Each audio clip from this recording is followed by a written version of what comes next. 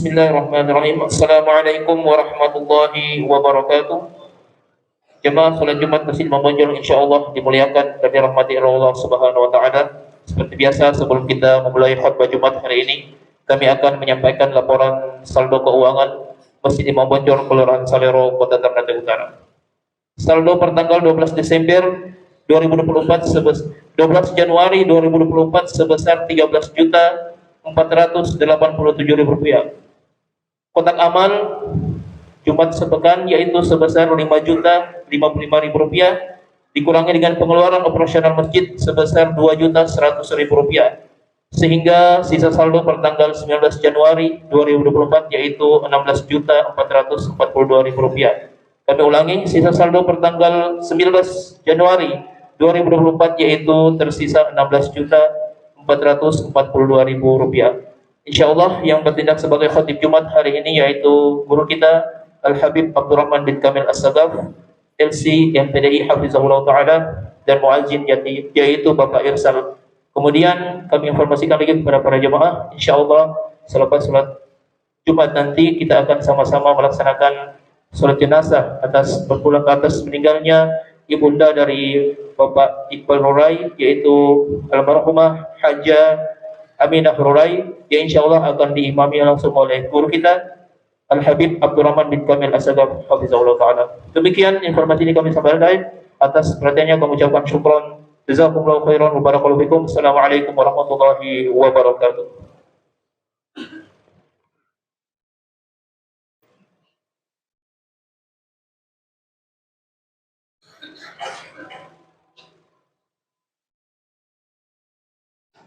Assalamualaikum warahmatullahi wabarakatuh.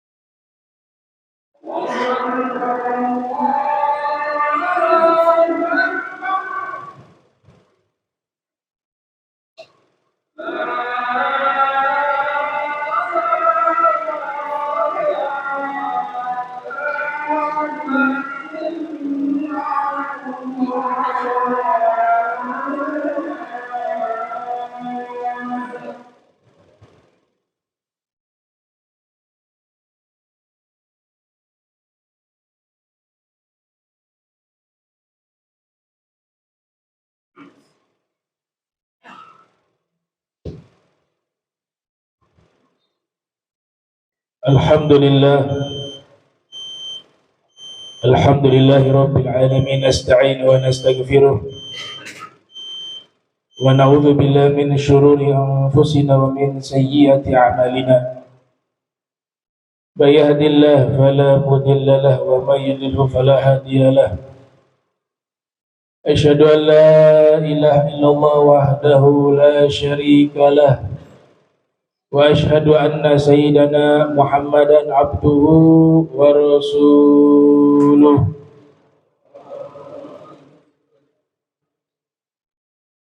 Allahumma salli wa sallim wa karrim wa zid ala sayyidina wa habibina wa qudwatina wa dhurrati ayunina maulana Muhammad wa ala alihi wa ashabihi ajma'in, amma ba'du. Fa ya ayyuhan nas usikum wa nafsi bitaqwallah faqad faza man ittaqa. Subhanak la ilma lana illa ma 'allamtana innaka antal alimul hakim. Rabbi israh li sadri wa yassir li amri wahlul 'uqdatam min lisani yafqahu qawli wasadid lisani wahdi qalbi bihaqqi sayyidina Muhammadin sallallahu alaihi wa alihi wa baraka wasallam. Alhamdulillah, puji syukur kehadirat Allah, salawat salam senantiasa tercurahkan kepada junjungan mulia Nabi tercinta Nabi Yuna Muhammad sallallahu alaihi wa alihi wa baraka wasallam beserta seluruh sahabat beliau, keluarga beliau dan umatnya. Ikhwanul muslimin rahimakumullah. Saat ini kita berada di bulan Rajab, yang dimana dinyatakan bahwa bulan Rajab ini adalah syahrul istighfar, syahrul ruju' ilallah, syahrul taibin, bulan istighfar, bulan kembali kepada Allah, dan bulan orang-orang yang ingin bertobat kepada Allah Ta'ala. Seluruh bulan terbuka bebas, siapapun bertobat setiap saat terbuka pintu tersebut. Akan tetapi para ulama menyatakan bulan Rajab sebagai bulan istighfar diberikan satu keistimewaan lebih. Pengampunan dari Allah jauh lebih luas, rahmatnya jauh lebih luas, pengampunannya jauh lebih besar, itu di bulan Rajab. Semua bulan terbuka pintu tobat, tapi bulan ini istimewa bagi orang-orang yang ingin bertobat kepada Allah Ta'ala. Saksikan ada almarhumah yang wafat hari Jumat. Nabi katakan, man mata yaumal jum'ati aw lailataha waqahu Allah min adzabil qabr. Siapa yang wafat di hari Jumat atau di malam Jumat, Allah jaga dia dari azab kubur. Apa maksudnya? Itu adalah alamah husnil khotimah, tanda seseorang wafat dalam keadaan husnul khotimah adalah wafat di hari yang baik. Dan di antara hari-hari yang paling baik di dalam agama Islam adalah hari Jumat. Hingga disebut dalam satu surat, namanya surat Al-Jum'ah. Ya ayyuhalladzina amanu idza nudiya lis-salati min yaumil jum'ah fas'au ila dzikrillah wa dharul bai'a dzalikum khairul lakum in kuntum ta'lamun. Ibnu Abbas bahkan mengatakan surat ini Allah turunkan perintah untuk melaksanakan sholat Jumat pertama kali, dan juga perintah azan pertama kali di surat tersebut. Ikhwanul muslimin rahimakumullah. Ulama mengumpamakan bulan Rajab sebagai bulan menanam bibit kebaikan. Rajab syahrul badr, wa Sya'ban syahrul suqya, wa Ramadan syahrul hasad. Rajab adalah bulan menanam bibit kebaikan, Sya'ban yang akan kita hadapi di bulan depan adalah bulan menyirami bibit kebaikan tersebut, dan di bulan Ramadan adalah bulan memanen kebaikan. Maka mulai dari saat ini kita sudah buat agenda-agenda ibadah di bulan suci Ramadan. Banyak para ulama kalau kita lihat mereka itu tiba bulan suci Ramadan bahagia. Bahkan sudah bulan Rajab mereka sudah senang. Sudah menanti-nanti bulan suci Ramadan. Sudah buat agenda dan dipraktekkan. Ada salah satu dari guru kami, ya, itu tidurnya sedikit di bulan suci Ramadan. Salat tarawih 23 rakaat 2 juz. Pindah lagi ke masjid yang lain tengah malam, tambah lagi 2 juz, 23 rakaat. Selesai tarawih 23 rakaat, tambah lagi ke masjid yang lain 23 rakaat 2 juz juga. Selesai sahur. Habis sahur membaca Al-Qur'an, membaca zikir. Habis sholat subuh kemudian lanjut dengan kajian tafsir Al-Qur'an. Kemudian selesai kajian tafsir Al-Qur'an, sholat syuruk, isyraq. 4 rakaat juga 2 juz Al-Qur'an. Itu setiap hari di bulan suci Ramadan diamalkan itu. Karena mereka paham, man fariha bidukhuli syahri Ramadan, siapa yang berbahagia dengan datangnya bulan suci Ramadan, haramallah ala jasadih minan niran, atau kama qala sallallahu alaihi wasallam, Allah haramkan tubuhnya terkena api neraka. Tentu bahagia yang diiringi dengan ketaatan kepada Allah Subhanahu wa taala. Al-Imam Al-Ghazali beliau membuat satu penelitian khusus di dalam Al-Qur'an terkait makna takwa. Kita ketahui makna takwa, wasiat takwa ini wasiat Allah sejak manusia pertama hingga manusia yang paling akhir. Wasiat Allah kepada manusia tersebut adalah wasiat takwa. Wasiatu Rabbil Alamin lil awwalin wal akhirin, kata Imamul Haddad. Takwa adalah wasiat Allah kepada manusia paling awal dan manusia yang paling akhir. Bahkan di dalam Al-Qur'an, seluruh kitab-kitab yang pernah Allah turunkan, di dalamnya ada wasiat takwa. Walaqad wasayna alladziina utul kitaba min qablikum wa iyyakum anittaqullah. Imam Ghazali meriset apa makna takwa di dalam Al-Qur'an. Beliau simpulkan ada 3 makna takwa di dalam Al-Qur'an. Yang pertama adalah al-khasyah wal haibah. Makna takwa yang pertama di dalam Al-Qur'an menurut Al-Imam Al-Ghazali rahimahullah adalah rasa takut kepada Allah Subhanahu wa taala. Makna takut kepada Allah sebagaimana Allah sifati malaikat, yakhafuna rabbahum min fawqihim wa yaf'aluna ma yu'marun. Malaikat takut kepada Allah. Bukti dari rasa takut itu apa? Yaf'aluna ma yu'marun, mengerjakan seluruh perintah Allah Subhanahu wa taala. Di ayat yang lain, la ya'sunallaha, mereka tidak pernah bermaksiat kepada Allah Subhanahu wa taala. Dari ayat ini jelas makna takwa adalah rasa takut kepada Allah, dan bukti dari rasa takut kepada Allah adalah melaksanakan semua perintah, meninggalkan seluruh larangannya, takut melakukan maksiat dan dosa kepada Allah Subhanahu wa taala. Nah, orang-orang yang sudah seperti ini tidak lagi memandang dosa itu kecil ataupun besar. Bagi dia seluruh dosa yang dilakukan itu besar. Unzur ila man asaita wa la tanzur ila saghir.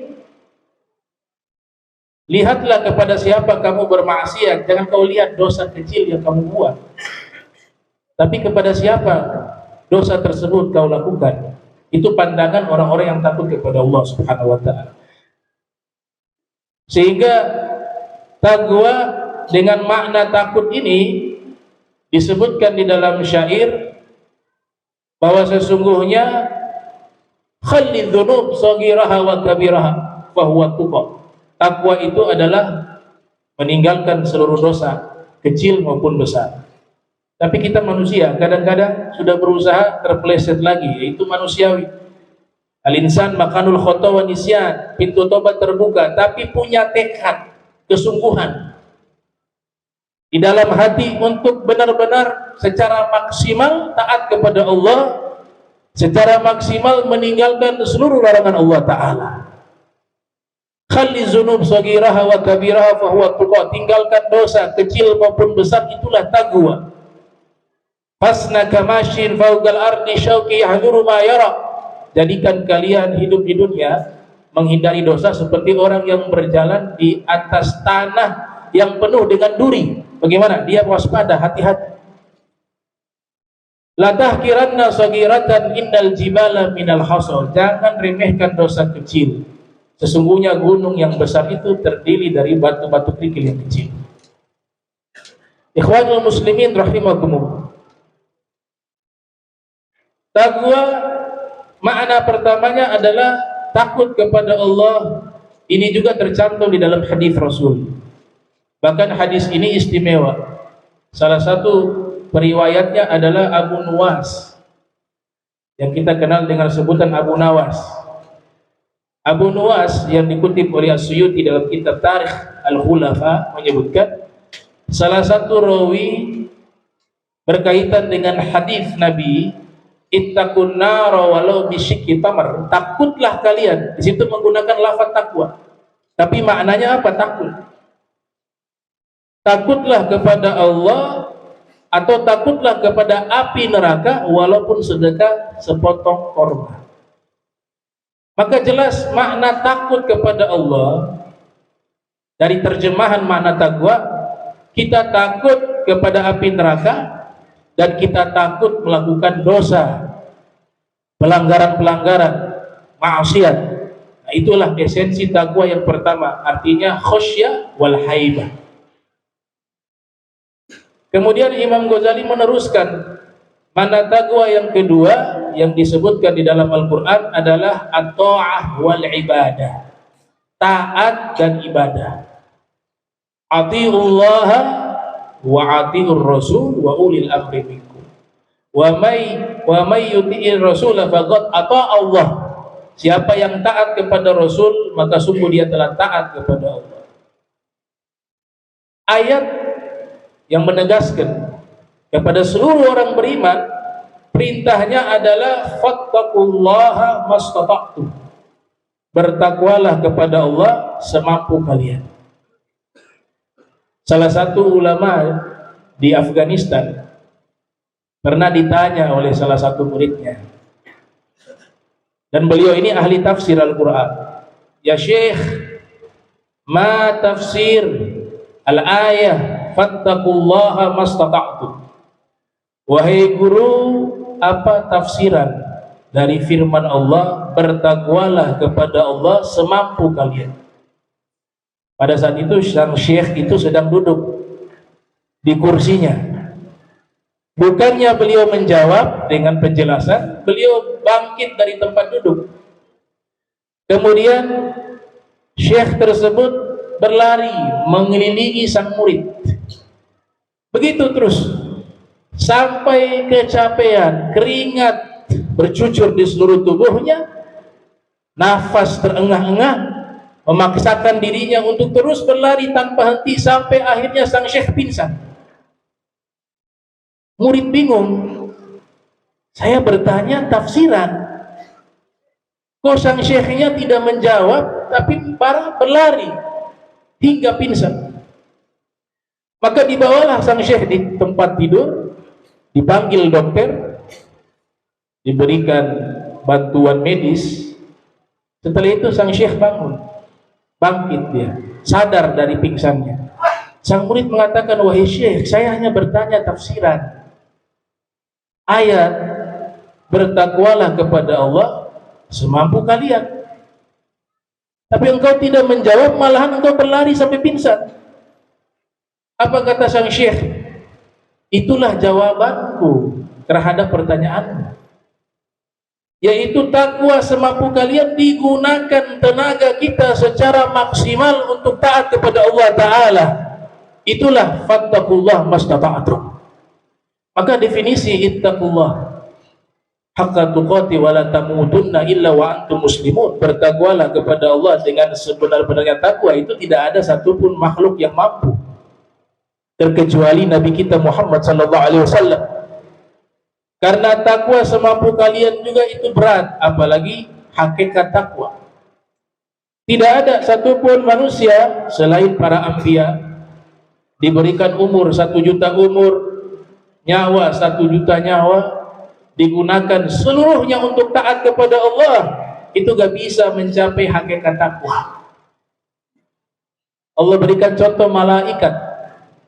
Malaikat Allah ciptakan ada yang posisinya berdiri, ibadah, sholat. Ada malaikat diciptakan posisinya ruku kepada Allah. Ada malaikat yang Allah ciptakan posisinya sujud kepada Allah. Mulai dari awal penciptaan sampai hari kiamat, keadaan malaikat seperti itu, ibadah.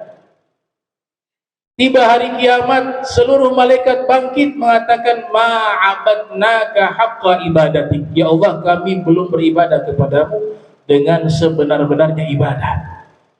Lantas kita mau banggakan apa, ikhwan muslimin?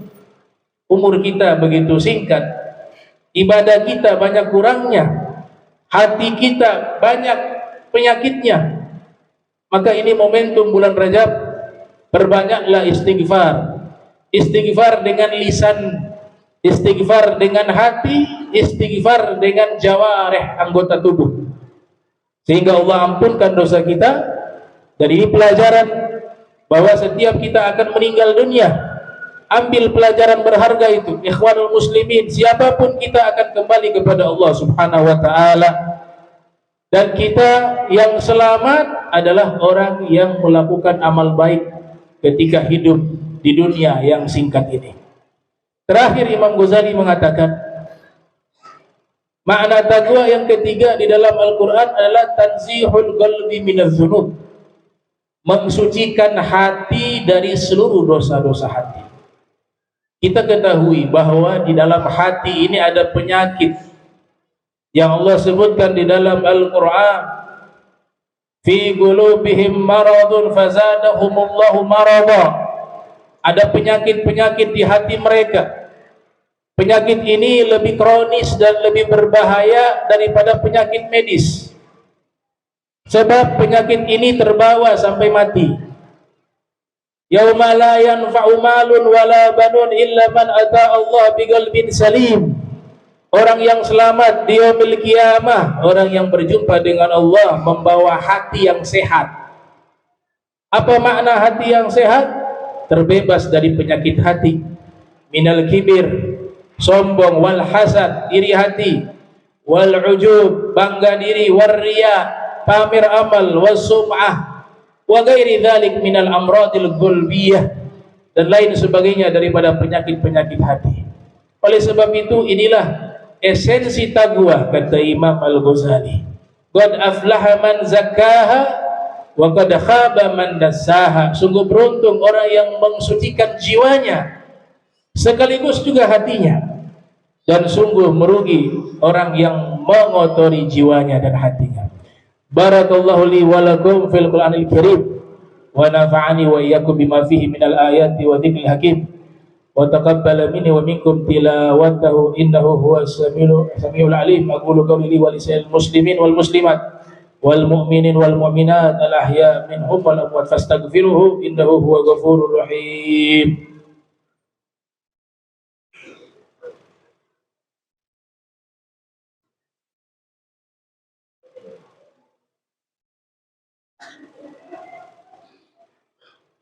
Alhamdulillah, Alhamdulillahi Rabbil Alamin. Allahumma salli wa sallim ala Sayyidina Muhammadin Al-Fatih lima ughliq wal khatim lima sabaq wa nasir al-haq bil haq wal hadi ila siratikal mustaqim wa ala alihi wa sahbihi haqqa qadrihi wa miqdaril azim.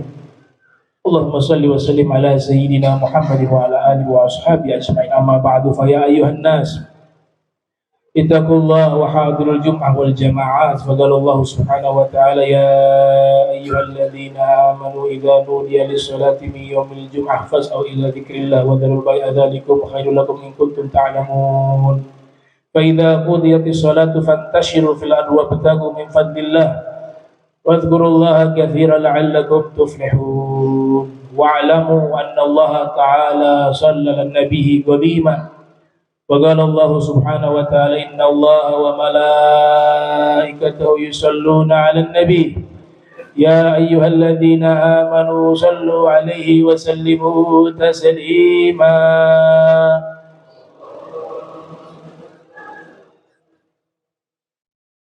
اللهم صل وسلم على سيدنا محمد في الأولين وصل وسلم على سيدنا محمد في الآخرين وصل وسلم على سيدنا محمد في كل وقت وحين وصلي وسلم على سيد الأنبياء والمرسلين وعلى الملائكة المقربين وعلى عباد الله الصالحين من أهل السماوات والأرضين. ورضي الله تبارك وتعالى سادتنا ذوي القدر سيدنا أبي بكر وعمر وعثمان وعلي وسائر أصحاب رسول الله أجمعين والتابعين لهم بإحسان إلى يوم الدين. وانصرنا وارحمنا معهم برحمتك يا أرحم الراحمين.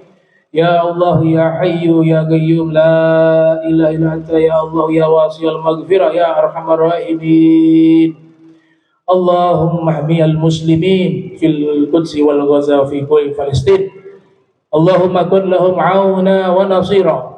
Allahumma alayka bil yahud zalimin wa sahanatil ghasibin. Allahumma ahsihim adada waqtulhum badada wa la tughadir minhum ahada. Allahumma arina fihim ajaiba qudratik waj'alhum ibratan li ghairihim ya rabbal alamin. Allahumma ansur ikhwanana al-mustad'ifin fi Palestin. Allahumma fugga qaida asrahum wa farris anhum karbahum washfi mardahum wa qawwi ajizihim. Allahumma a'inhum ala balaihim wa hawwin alaihim ya maulana ya rabbal alamin. Allahumma ansur ikhwanana muslimin fi Palestin. Allahumma ansur ikhwanana muslimin fil Yaman. Allahumma ansur ikhwanana muslimin fi Syam. Allahumma ansur ikhwanana muslimin fi Afrika. Allahumma ansur ikhwanana muslimin fi Burma. Allahumma ansur ikhwanana muslimin fi Pakistan. Allahumma ansur ikhwanana muslimin fil Hijaz. Allahumma ansur ikhwanana muslimin fi Iraq. Allahumma ansur ikhwanana muslimin fi Iran. Allahumma ansur ikhwanana muslimin fi Thailand. Allahumma ansur ikhwanana muslimin fi Filipina. Allahumma ansur ikhwanana muslimin min masyariqil ardi wa magharibiha bahriha wa barriha. Allahumma dafa'anna wal muslimin al-ghala wal bala wal waba wal fahsya wal munkar والسيوف مختلفة والشدائد والمحن ما ظهر منها ما بطن من بلدنا هذا خاصة ومن بلدان المسلمين عامة إنك على كل شيء قدير. اللهم اغفر للمسلمين والمسلمات والمؤمنين والمؤمنات الأحياء منهم والأموات إنك مجيب دعوات وقاضي الحاجات وغافر الذنوب والخطيئات يا رب العالمين. ربنا آتنا في الدنيا حسنة وفي الآخرة حسنة وقنا عذاب النار وادخلنا الجنة مع الأبرار يا عزيز يا غفار يا رب العالمين.